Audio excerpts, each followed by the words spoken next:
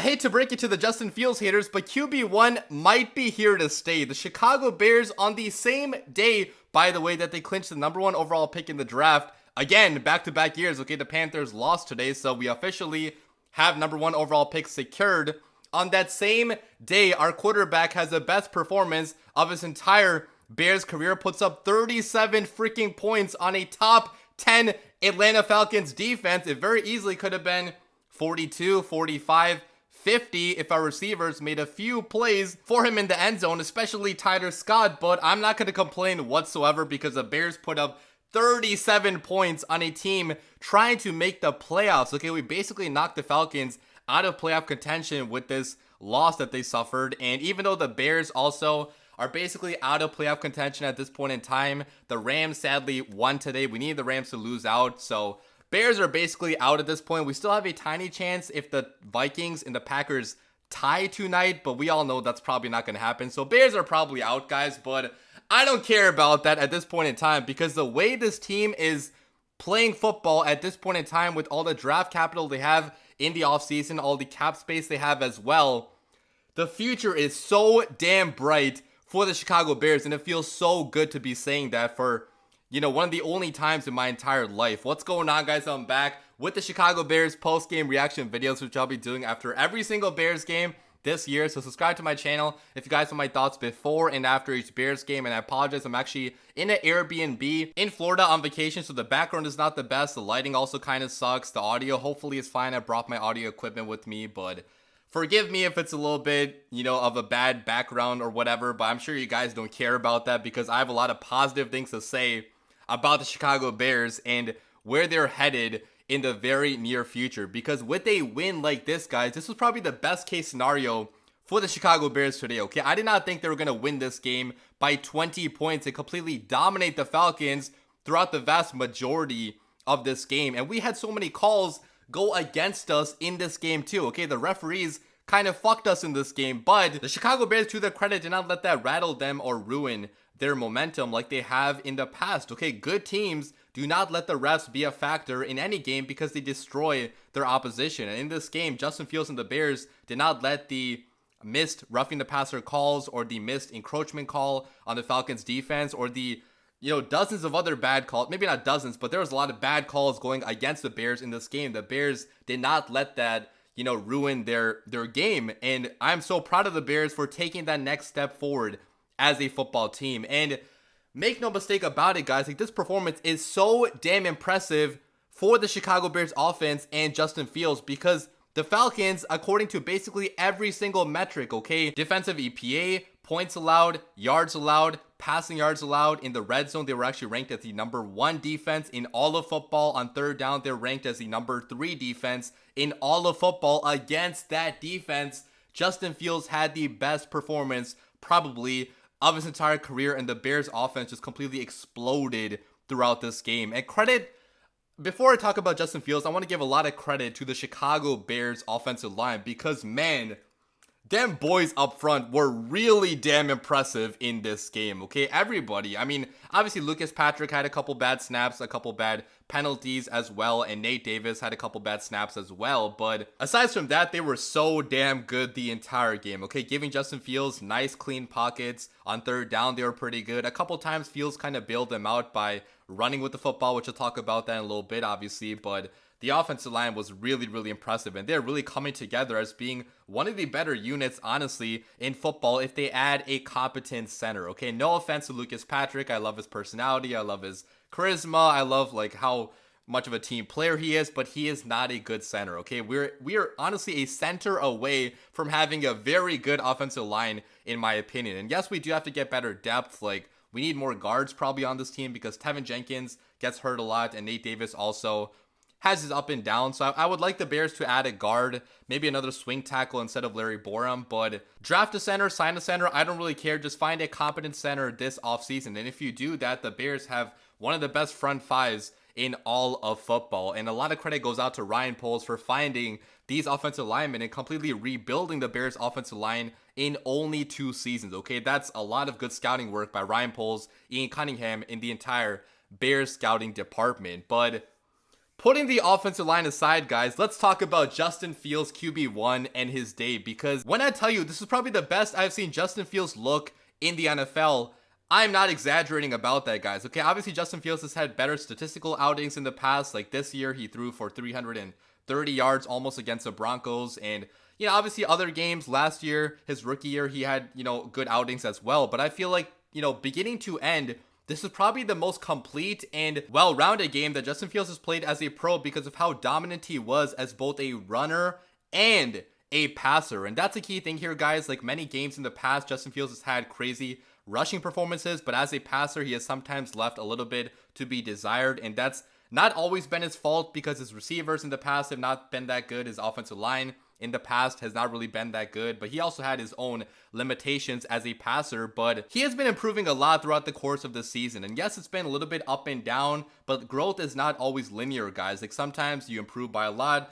The next game you might have a bad game. Like growth is not always like just a straight line upwards, and Justin Fields is probably the best example of that because this year he has had some really bad games. This year also he's had some really good games, and that's sometimes how quarterback development works. Okay, it's not always like a Patrick Mahomes career arc or a Justin Herbert career arc where they're good right away. Sometimes it does take time, and obviously I'm not trying to compare Justin Fields to Patrick Mahomes or Justin Herbert because he still has a lot of growing to do as a passer and as a quarterback, but I'm just saying, like, fans expect dominance from their quarterback right away, but that's not always what happens in this league. Okay, we're seeing it around the NFL where sometimes a quarterback being inserted into the right system with the right coach, if you give him time, he can actually be the quarterback that you thought he was going to be when he was drafted. And Justin Fields also was inserted into such a bad Bears organization with so much organizational, instability, with a bad offensive line at first. Like sometimes it does take time for these guys to develop. And yes, it's not been the fastest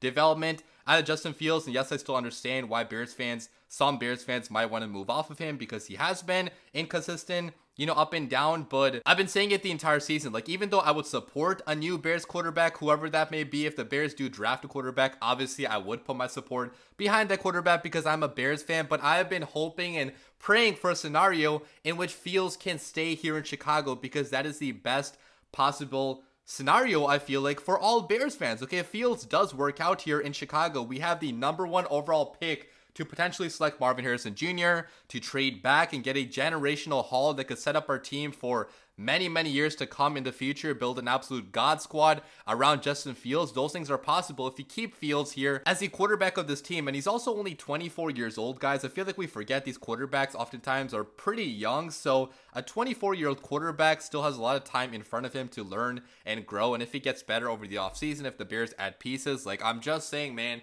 there's a world in which the Bears keep Fields and win the NFC North next year with how good the team could be, and if Fields does keep on getting better and better and better. But talking about the day that Fields had today, it was really damn impressive. Talking about him as a passer, first of all, some of the passing highlights. So he had a fantastic touchdown throw to DJ Moore in the first quarter where there was not really much space left there, but he fit a tight window throw into DJ Moore in the corner of the end zone. DJ Moore made a fantastic grab for him, but I thought the touch on that ball was fantastic. The accuracy of that ball was fantastic, especially in the snow. In the first quarter, it was snowing kind of hard and it was a little bit windy, so the accuracy, the ball placement, the arm strength of Fields to make that throw, I thought was beautiful, spot on. The next drive, we had another fantastic passing play from Fields, a 32-yard strike downfield on 3rd and 7, which landed right in the hands of DJ Moore over his shoulder. Beautifully placed ball. I mean, that's the Ohio State deep accuracy that we saw from Justin Fields in college, and even in the NFL, he's been a pretty good deep passer, and it was no different today. Okay, that was a fantastic deep pass in the elements, okay, in the wind and the snow. So that was fantastic. He had another really good throw to DJ Moore under pressure in a tight window on 3rd down, in which he fit a ball in between like 2 or 3 defenders, a quick strike over the middle right in the hands of DJ Moore. DJ Moore made a fantastic grab for him, but I thought that was really impressive by Justin Fields to fit that ball in there in a tight window, because we have been complaining about him not attempting these tight window throws, but in this game he attempted a lot of those throws, especially to DJ Moore, as he should, because DJ Moore is his #1 guy. So really accurate all day going to DJ Moore, as he has been the entire season. Now DJ Moore could have had an even better day. He did have a drop in the second half and another play which was not a drop but a ball in the end zone, which was pretty pretty nicely placed by Justin Fields. Maybe could have been a little bit better, but DJ Moore tried to catch that with one hand, and I feel like if he got both hands on it, he would have caught that for the big touchdown. But I'm not going to hold too much against DJ Moore. He's an absolute beast, obviously. But Tyler Scott, on the other hand, has not been as impressive, okay? And that's part of the reason why we have to draft a Marvin Harrison Jr. or a Malik Neighbors or Rome Odunze, whoever, because we don't have a good receiver to on this team, okay? Marvin Harrison Jr. on this same Bears team today would have had at least 2 touchdowns if he was targeted in the same places that Tyler Scott was targeted today, okay? On that first play, it was kind of a tough play to be made. He had to get his feet down at the last second. The ball was a little bit high for Tyler Scott, but again, a taller receiver like a Marvin Harrison Jr. probably catches that and keeps his feet in bounds for the toe drag touchdown. And on the second play in the end zone in the second half, Justin Fields delivers a really pretty ball, okay? A beauty of a ball to Tyler Scott in between 2 defenders, but Tyler Scott cannot catch that ball. And at this point, guys, I've seen a lot of bad out of Tyler Scott, which I'm not going to give up on him. He's still a young guy, still a rookie this year, but I don't think he's going to be anything better than a depth receiver for the Chicago Bears, because time and time again, man, the entire season, he has not made those big time plays for his quarterback. And if he catches that deep ball against the Lions in the 4th quarter, which is another really good ball by Fields, the Bears probably sweep the Lions, and we're probably talking about the Bears making the playoffs this year. So again, I don't want to put all the blame only on Tyler Scott. He is a young guy, but I don't think it's going to be anything better than a depth guy, because he's not shown me a lot this year, and he ruined what could have been another fantastic Justin Fields touchdown in this game. But Fields still had pretty good passing stats even with the drops. He finished the game going 20 out of 32 for 268 passing yards, an average of 8.4 yards per pass, 1 passing touchdown. Big key stat here, 0 interceptions throughout the game, 0 fumbles as well. He actually did have a fumble late in the 4th quarter, which I'm not sure why the Bears were passing in that situation, but he did have 1 fumble when the game was already over, obviously. But a passer rating of 99.5. So against a top 10 defense, those are fantastic passing stats. They could have been a lot better if his receivers helped him out a little bit and were, catching some balls that he placed really, really well into their hands. That sounds so wrong, but yeah. So, really good day out of Justin Fields as a passer. But talking about his day as a runner, it was also pretty damn impressive. And that's why I still believe so much in Justin Fields, because if he does figure it out as a passer, he literally could be the most dangerous quarterback in this league, because he can do things as a runner that only Justin Fields can do. Maybe Lamar Jackson. Obviously, Lamar Jackson also is a fantastic runner, but he can do things that only him and Lamar Jackson can do. And Lamar Jackson is a former MVP, and Lamar Jackson could be winning the MVP award again this year. So you guys know the play I'm talking about, okay? In the second half, he broke a sack that no human being, no quarterback especially, should be able to break that sack, okay? He had 2 guys bringing him down into the ground, but somehow, being the Houdini that he is, okay, he escapes the 2 guys and he runs 15 yards downfield for the first down. And that was also on 3rd down, I believe. So to turn what should have been a big time sack into a big first down, that's a thing that only Justin Fields and Lamar Jackson can do. And that's why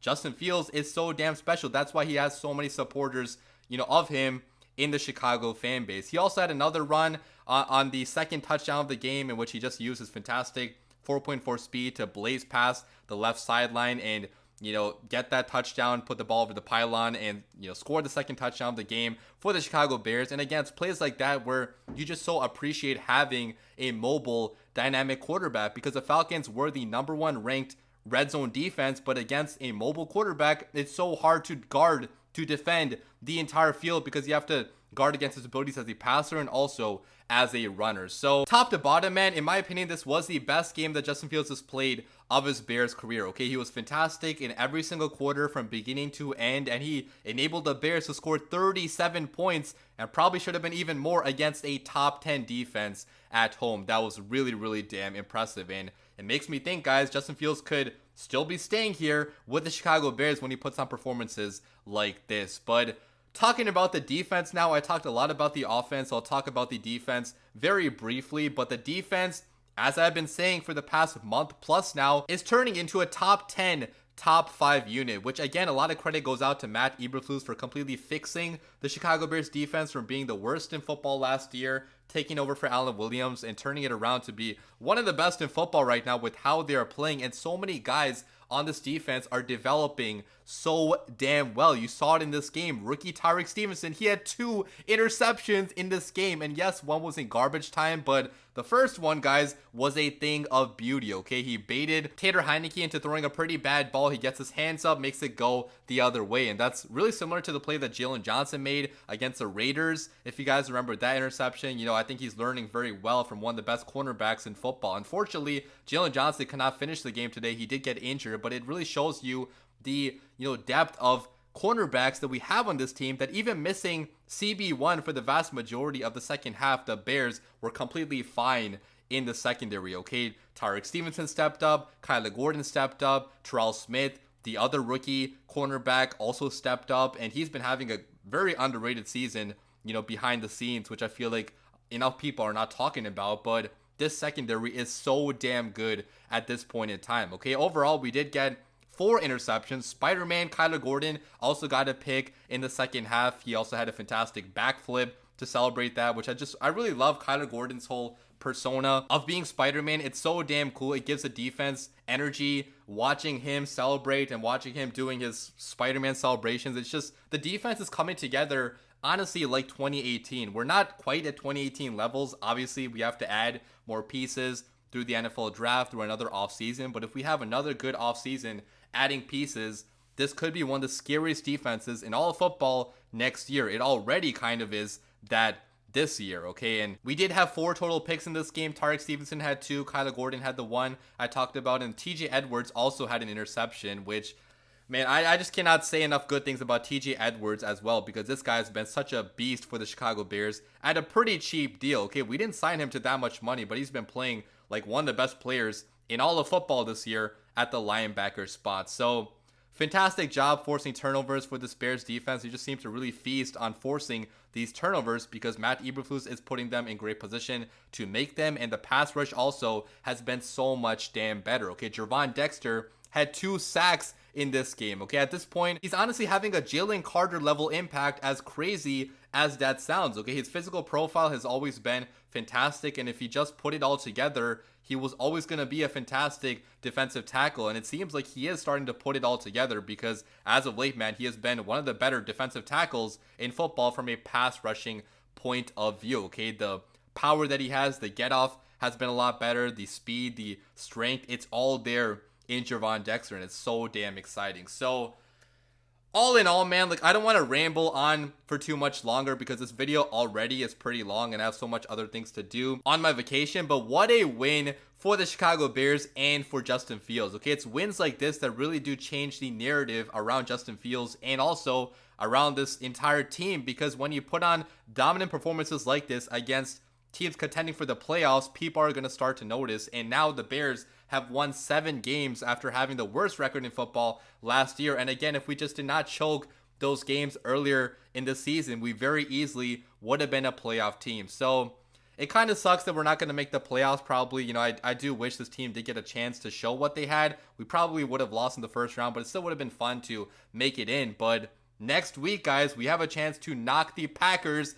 out of playoff contention. That is a must win for the Chicago Bears. And if Justin Fields and the Bears win that game, that would be a fantastic way to end the season. I would honestly treat that like a playoff win for the Chicago Bears if we get to ruin the playoff chances of the Green Bay Packers in Lambeau Field. Leave your comments down below, guys. I hope all of you have a fun and safe New Year's Eve. Wishing a very happy New Year to all of you guys if you're watching this tomorrow on the new year. I think 2024 is going to be a very, very fun time for all of us Chicago Bears fans. And listen, if you guys have been watching me the entire season, I appreciate you so much for spending your time watching my videos. Even after some bad games, you guys have always showed so much support, so much love to my channel. So thank you so much for a fantastic 2023. 2024 is going to be so much better. Leave your comments down below, guys. As always, bear down.